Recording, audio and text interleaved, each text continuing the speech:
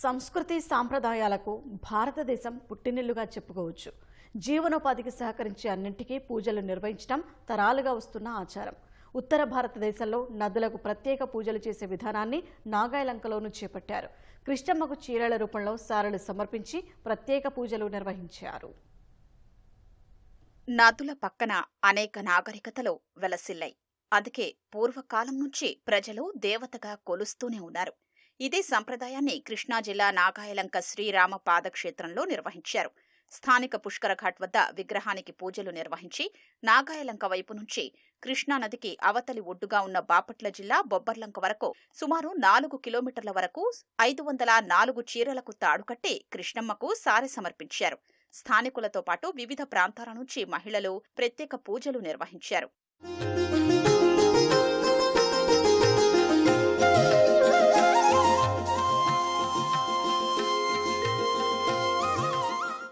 మహిళ కూడా వారికి దీర్ఘ సౌమంగళ్యాభివృద్ధి కలగాలి, మరి ఆ కృష్ణవేణి మాత యొక్క పరిపూర్ణ అనుగ్రహం కలగాలి, మరి అటువంటి సౌభాగ్యతను మాకు ప్రసాదించతల్లి అంటూ ఈ బృహత్కరమైనటువంటి కార్యక్రమంలో పాల్గొని చుట్టుపక్కల కానీ మనకు తెలిసినటువంటి జిల్లాల్లో కానీ ఎక్కడా కూడా ఇటువంటి వినూత్నమైనటువంటి కార్యక్రమం చేయడం జరగలేదు.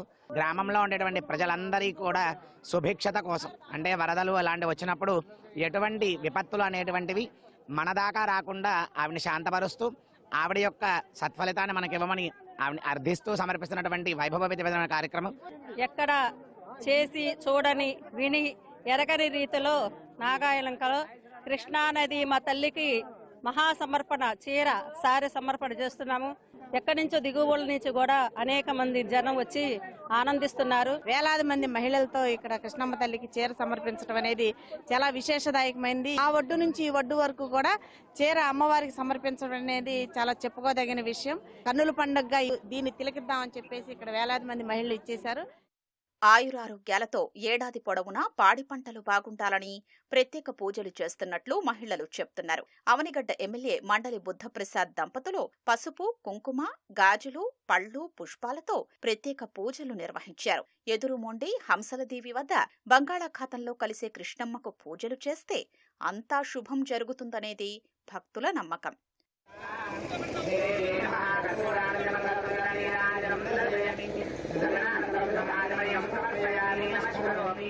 పంటలు, జాలర్లు, రైతులు అందరూ బతుకుతున్నారు. చేపల చెరువులు, రైలు చెరువులు అన్ని చాలా వృద్ధిలోకి వచ్చినాయి.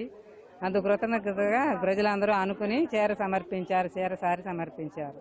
చాలా బాగుంది చూడటానికి. రంగురంగుల చీరలు చాలా చూసాము. కృష్ణా జిల్లా నాగాయలంక వైపున, అటు బాపట్ల జిల్లా బొబ్బర్లంక గ్రామంలో ఈ రెండు వైపుల నుంచి వినూత్నంగా ఈ యొక్క కార్యక్రమం చేయటం, కొన్ని వేల ఎకరాల్లో వ్యవసాయానికి కానీ, అలాగే చెరువులు, చేపల పరిశ్రమలు, అలాగే మత్స్యకారులకి అనేక విధాలుగా జీవధారమైనటువంటి కృష్ణానదికి ప్రత్యక్షంగా మనమేమి ఇవ్వలేకపోయినా పరోక్షంగా అమ్మవారిగా భావించి ఇలా ఇన్ని వందల చీరల్ని ఒకదానికొకరిని అమర్చి భక్తి భావంతో ఆ యొక్క సారని ఈరోజు సమర్పించడం చాలా అద్వితీయమైనటువంటి కార్యక్రమం. అంతకుముందు మేము కొన్ని చోట్ల ఉత్తరాదిలో చీర సమర్పణ చేయడం అనేది ఆచారంగా చూసి మనం ఎందుకు చేయకూడదని అనౌన్స్ చేయగానే చాలా మంది వాళ్ళకు వాళ్ళు ఇవ్వటం జరిగింది. మన కృష్ణానది 1400 కిలోమీటర్ల దూరం ప్రయాణించి నాగాయలంక ప్రాంతంలో కలుస్తుంది నదిలో సంగమం.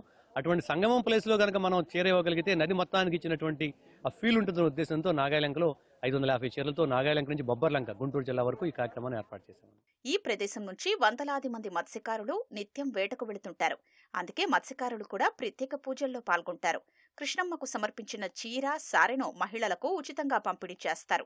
ఇలాంటి కార్యక్రమాలు తమ ప్రాంతంలో జరగడంపై స్థానికులు ఆనందం వ్యక్తం చేస్తున్నారు.